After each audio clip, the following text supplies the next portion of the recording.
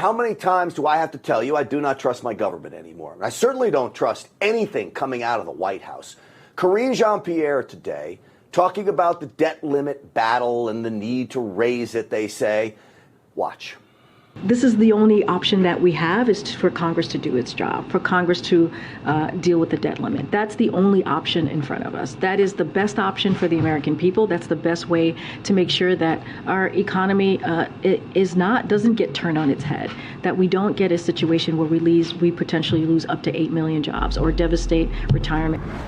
So I don't want to listen to her talk about the doom and gloom, because this is what they have, all doom and gloom. She says Congress doesn't do its job. May I remind her, the House of Representatives, under the leadership of Speaker McCarthy, actually passed a debt limit bill that raises the debt ceiling. They've done their job. And still, the White House, we get crickets from them. Treasury Secretary Yellen says June 1st is a hard date. The world collapses come June 1st if we don't get a debt ceiling raise. I do not believe it. I want to see America's QuickBooks. I want to see the revenues. I want to see the cash flows. I want to see the bills that are going out, the money coming in, all of it. She's not going to show it to us. This is Janet Yellen. Early June is when we project that we will run out of cash, and there is a chance it could be as early as June 1st, whether it's defaulting on interest payments that are due on the debt or payments due for Social Security recipients or to Medicare providers. We would simply not have enough cash to meet all of our obligations. This is maddening.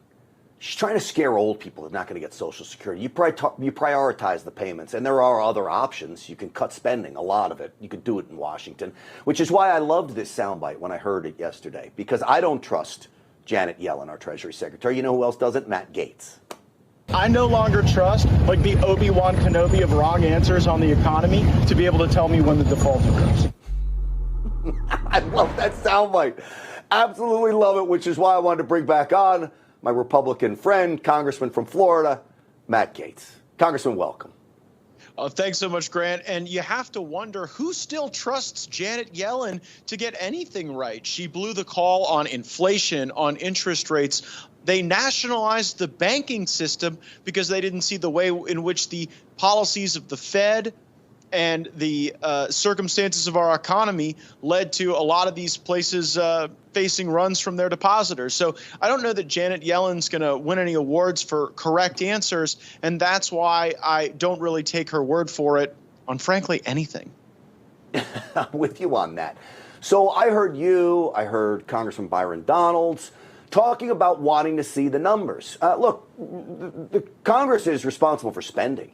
It seems legitimate that you would be allowed to see the books. Have you seen the books? Is anyone showing the numbers to all of you? No, I think the only thing we've seen is Janet Yellen wander out of the back room of the White House with a Ouija board under her arm. Just, oh, well, now it's early June. You know why they picked early June, Grant? Because June 15th, you're going to get quarterly payments coming in, and there's going to be a ton of cash.